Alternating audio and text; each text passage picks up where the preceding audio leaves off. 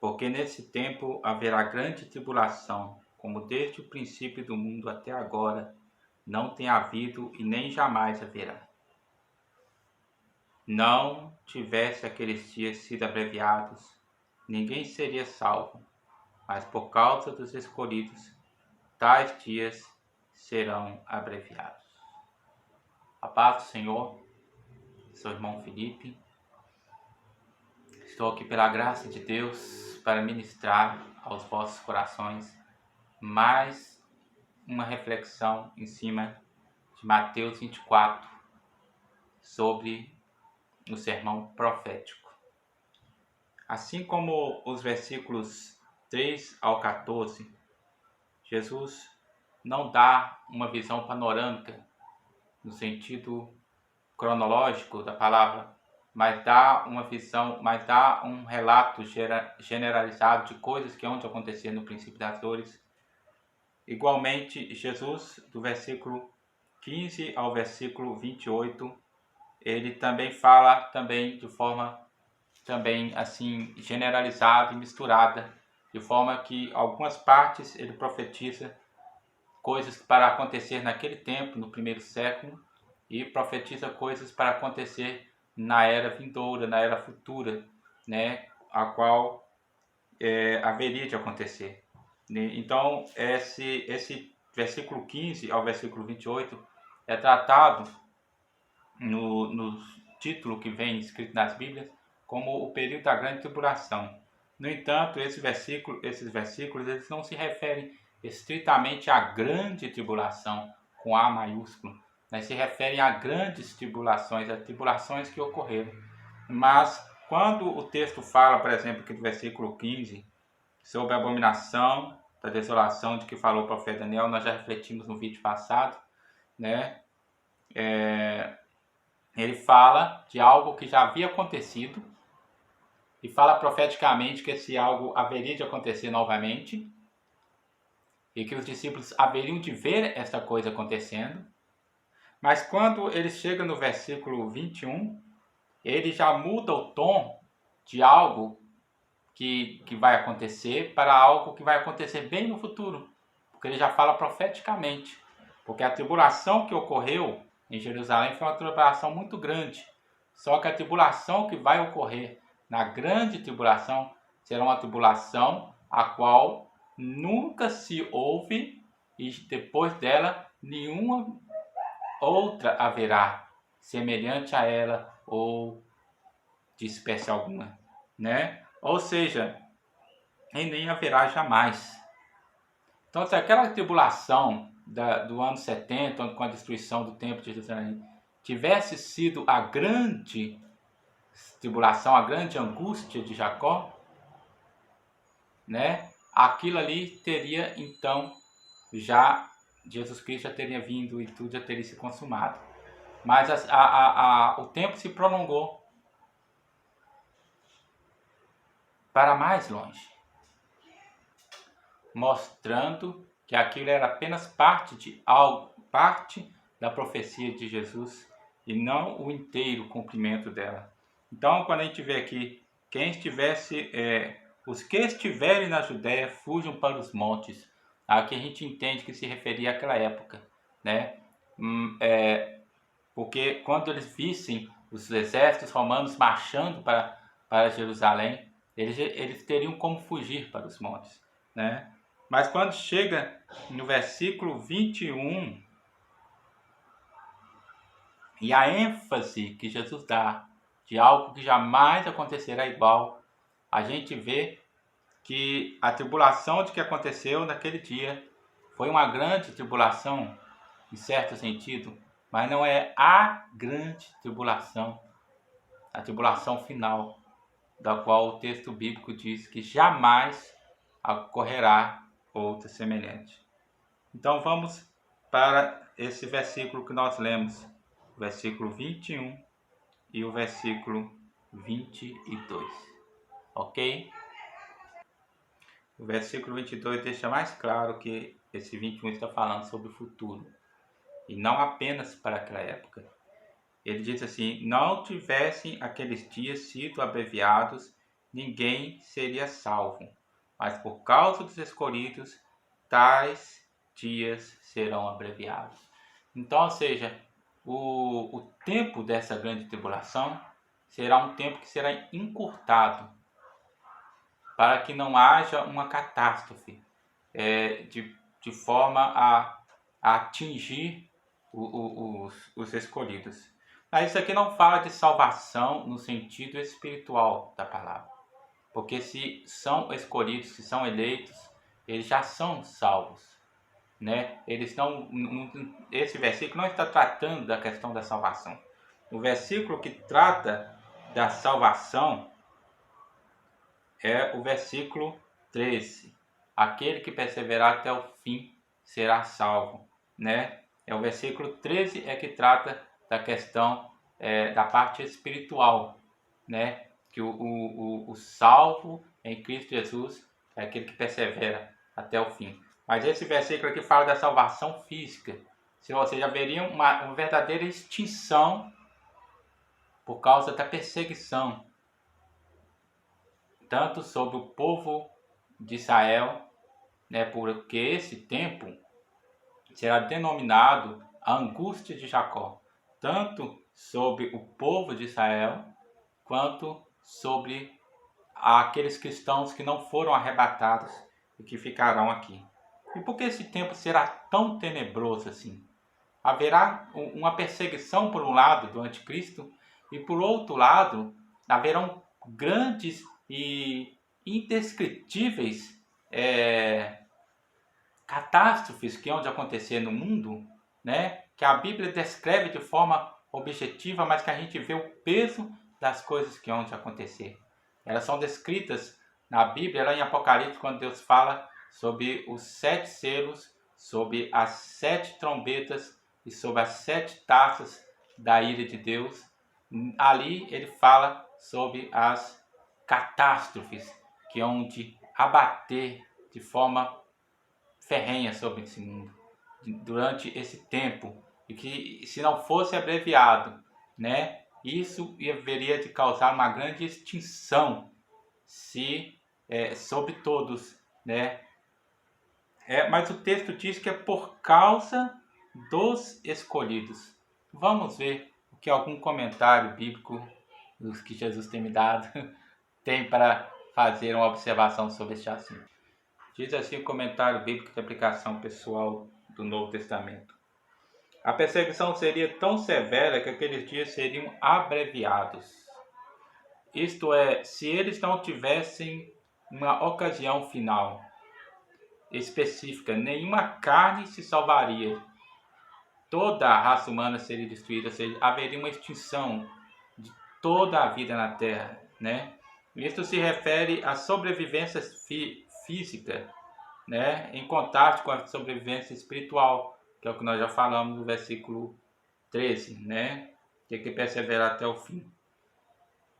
Os dias seriam abreviados por causa dos escolhidos, para que a destruição não extinga o povo de Deus e, portanto, a sua missão em última análise, né? Deus está no comando da história e não irá permitir que o mal ultrapasse os limites que ele definiu, né? Ou seja, por causa destes escolhidos que ainda estarão aqui, essa tribulação, para não haver, como eu falei, uma extinção de toda a carne, e também para não acabar, né, de forma a exterminar todos os escolhidos. Nunca houve, se você olhar na história da igreja, nunca houve tribulações de forma ininterrupta sobre a igreja. Sempre houve um abrandamento, sempre houve um tempo de tribulação ferrenha, onde muitos foram perseguidos, muitos foram massacrados, né? Mas nunca houve uma tribulação constante. Sempre houve uma pausa da tribulação, um abrandamento da tribulação, de forma que as pessoas, de forma que houve renovo durante esse tempo, houve um crescimento durante esse tempo. Igualmente será na grande tribulação. A tribulação virá, mas será por um momento breve, né? Será por um período breve. que compreende um período de 3 anos e meio, que será o grande ápice, né, quando haverá perseguição por um lado, pelo anticristo, perseguição por outro, e também haverá grande catástrofes que ocorrerá sobre o mundo, mas aqueles que estiverem aqui do povo de Deus estará sendo poupado. E é por isso haverá esse por causa dos escolhidos, está falando justamente sobre isso, né? Para que o povo de Deus ainda continue ainda, aqueles que ainda ficarem, né? Para testemunho e pregação de sua palavra, para continuarem testemunhando e pregando a palavra. Ou seja, Deus, ele é tão maravilhoso que mesmo com a igreja tendo sido arrebatada, ele ainda usará, ele levantará ali as duas oliveiras, o povo, né, de Israel, né, os 144 mil, né, que a palavra de Deus fala, e vários crentes que estavam frios e retornaram depois do grande acontecimento, do grande rapto, né, do arrebatamento, eles voltarão e eles testemunharão com própria vida e com seu próprio sangue, né? E a gente lê lá no livro de Apocalipse, como eu pontuei num vídeo à parte, falando sobre o selo da besta. Vocês procurem ali, tá no meu canal, Felipe, onde nós estamos postando esse vídeo, Felipe / Cristão. É o único vídeo que eu tenho lá que fala sobre o selo da besta. Que fala sobre a besta, o selo da besta não será um controle mental. Esse vídeo eu vou estar ali pontuando alguns versículos em Apocalipse que mostram que Deus, embora esteja trazendo toda a sua ira sobre a terra, o texto frisa lá, e não se arrependeram. Ou seja, por que o texto está dizendo e não se arrependeram? É porque o texto está mostrando que de forma justa Deus está fazendo algo para chamar a atenção dos homens para o arrependimento. Mesmo eles estando com carinho da besta, tendo assumido uma posição clara e definitiva que estão contra Deus até o fim, mesmo assim Deus estará trazendo a sua justiça para que os homens fiquem inexcusáveis diante dele, né? Ok? Eu queria ler, para nós concluir, sobre essas catástrofes que ocorrerão, ok? Vamos ler aqui, Apocalipse 7, versículo 3 ao 8, que diz assim: Quando abriu o segundo selo, ouvi o segundo ser vivente dizendo: Vem. E saiu outro cavalo vermelho, ao seu cavaleiro foi-lhe dado tirar a paz da terra, que os homens se matassem uns aos outros. Também lhe foi dada uma grande espada.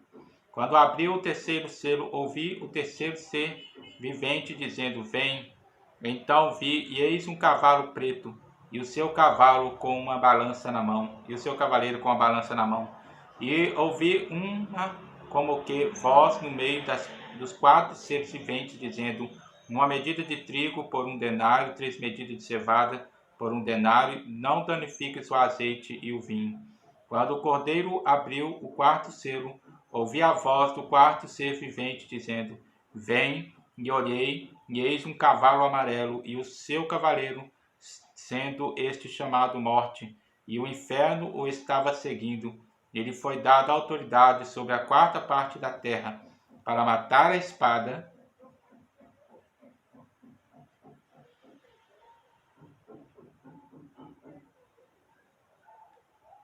pela fome, com a mortandade e por meio das feras da terra. Essa aqui são as primeiras catástrofes. São coisas que, segundo alguns comentaristas, são coisas que hão de acontecer ainda na época da grande tribulação, né? Embora o texto ele trata de uma forma generalizada, é interpretado que isso se aplica à grande tribulação, né? Mas aqui o texto diz assim: e o inferno o estava seguindo, e foi-lhe dada autoridade sobre a quarta parte da terra, para matar a espada pela fome, com a mortandade e por meio das feras da terra. Este ser do versículo desse cavalo, ele vai matar a quarta, ele vai trazer uma mortandade que vai matar a quarta parte da terra. O texto não fala, isso mesmo, o texto fala a quarta parte da terra, ok? Vamos para um outro texto que fala também sobre as catástrofes onde ocorrer.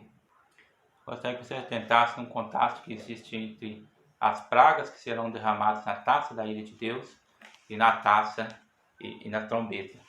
Porque em uma dos acontecimentos será destruída uma terça parte. E no outro acontecimento já será destruído tudo. Vamos ler primeiro as trombetas.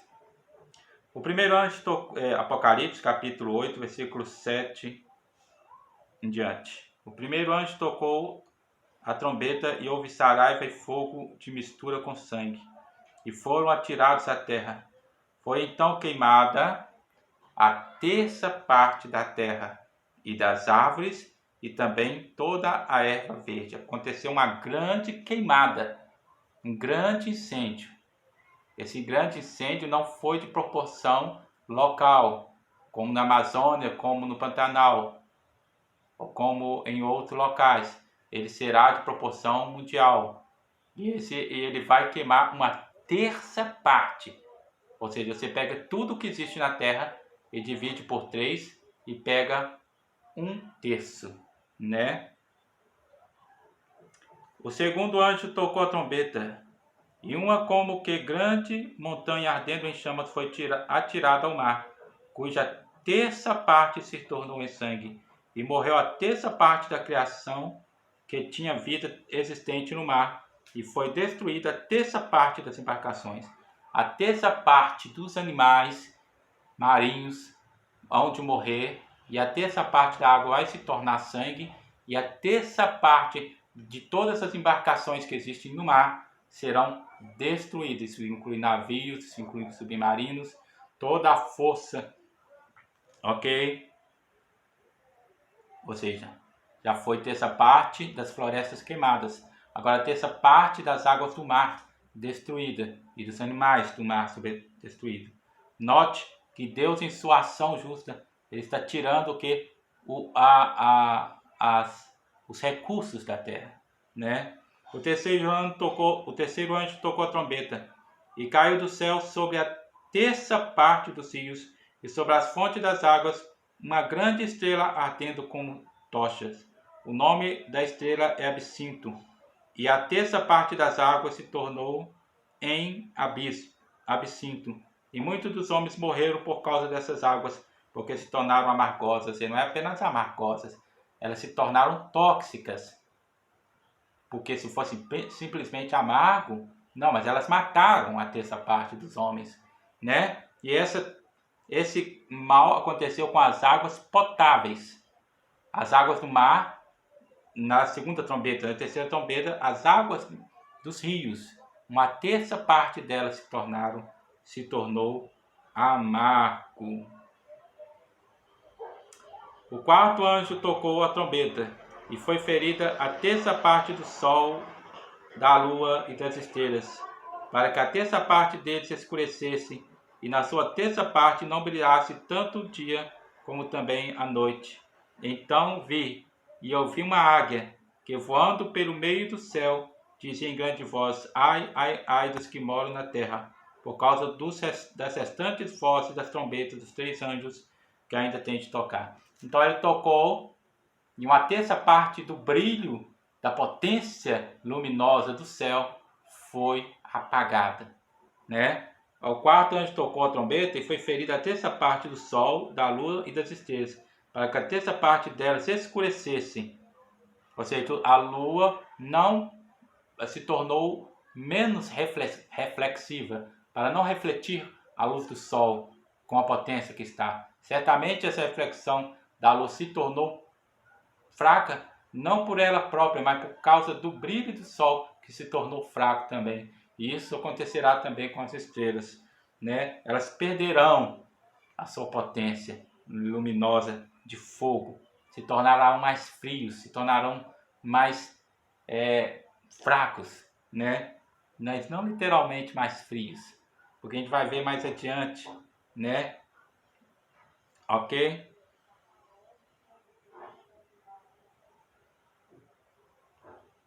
E aí, quando o quinto anjo toca, né, ocorre, eu não vou ler, ele já está no capítulo 9, ocorre uma praga que se abate sobre a terra.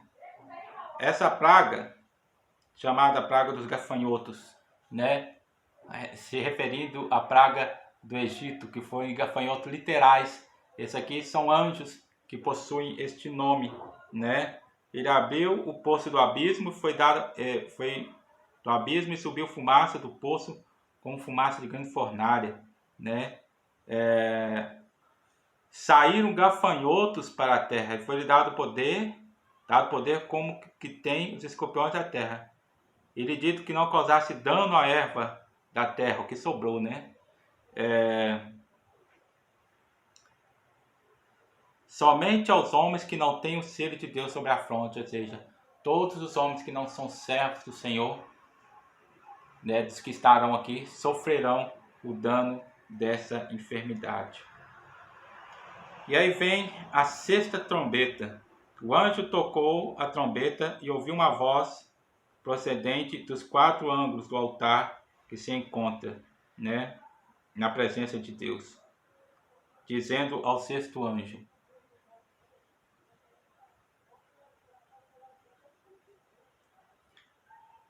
aleluia. Não é que a questão, eu quero ler as questões que falam sobre as catástrofes, por isso eu estou soltando isso aqui. Note que com as trombetas, uma terça parte da terra foi queimada, das árvores, né? Uma terça parte dos rios se tornaram amargos, uma terça parte do mar se tornou sangue e os animais morreram e as embarcações foram destruídas. Uma terça parte da potência do sol caiu. Tudo isso da questão da terça parte, fora a questão lá dos gafanhotos, né? Estou falando da questão das catástrofes, né? Agora nós vamos ler sobre os 7 flagelos ou as 7 taças da ira de Deus, Apocalipse capítulo 15. Que diz assim. Não, Apocalipse capítulo 16. Ouvi vindo do santuário uma grande voz dizendo: aos 7 anjos, ide derramai pela terra as 7 taças da cólera de Deus. Saiu, pois, o primeiro anjo e derramou sua taça pela terra, e aos homens portadores da marca da besta e adoradores da sua imagem sobrevieram úlceras malignas e perniciosas. E na quinta trombeta houve gafanhotos que trouxe aquelas enfermidades terríveis sobre os homens. Com a primeira taça vem sobre esses homens que são adoradores da besta, úlceras malignas, né? Isso lembra também o que aconteceu lá no Egito também com aqueles que seguiam com os egípcios, né? O segundo flagelo derramou o segundo a sua taça no mar, e este se tornou em sangue como de morto, e morreu todo ser vivente. Olha o que aconteceu. Uma terça parte do mar já estava destruída, sobrou apenas 2/3. E agora, com este flagelo, com essa taça da ira, os 2/3 também morreram. Acabou. Não existe mais mar. Derramou o terceiro a sua taça nos rios e nas fontes das águas, e se tornaram em sangue. Agora também não tem água para beber. Porque se primeiramente uma terça parte das águas se tornou amarga, Agora, uma terça parte também se tornou sangue, e os outros 2 terços que ainda estavam potáveis para beber se tornaram sangue também. Então eu vi o anjo das águas dizendo: Tu és justo, tu que és e que eras o santo, ó santo, pois julgas estas coisas. Porquanto derramaram sangue de santos e de profetas, também sangue lhes tem dado a beber. São dignos disso. É o quarto flagelo. O quarto anjo derramou sua taça sobre o sol, e foi-lhe dado queimar os homens com fogo. Antes o sol tinha perdido sua potência. O sol continuou escuro, frio, né? Digo assim, na questão da luminosidade. Mas não estava frio mais literal. Agora ele passou, mesmo com pouca iluminação, ele passou a queimar muito. Passou a ficar muito quente, né? Com efeito, os homens se queimaram com intenso calor. Versículo 10. E blasfemaram, né, o nome do Senhor. Versículo 10. O quinto flagelo. Derramou o quinto a sua taça sobre o trono da besta, cujo reino se tornou em trevas. E os homens mordiam a sua língua por causa da dor que sentiam. Versículo 12. O sexto flagelo. Derramou o sexto a sua taça sobre o grande rio Eufrates, cujas águas secaram. Aqui já está se preparando para uma batalha, né, que a gente chama de batalha do Armagedon. Mas vocês veem, primeiro se destruiu 1/3 das árvores, depois se destruiu 1/3 do mar, 1/3 das águas do rio, e agora destruiu todo o mar, todas as águas do rio, destruiu assim no sentido de tornar em sangue. E o calor que... Então você vê que serão grandes tribulações. Por que eu gastei esse tempo todo lendo esses versículos? É para trazer a você uma ideia, né, do que será isso. E nesse tempo, né, que será um tempo que será abreviado, isso tudo ocorrerá em um curto espaço, né? Um curto espaço que será. Ok? Graças a Deus, né? Porque senão, como diz lá o versículo de Jesus, que Jesus falou, se não fosse por causa disso, nenhuma carne resistiria ao o que haveria de acontecer. Ok? Fique com Deus. Depois nós voltamos para refletir um pouco mais sobre isso. E a paz do Senhor.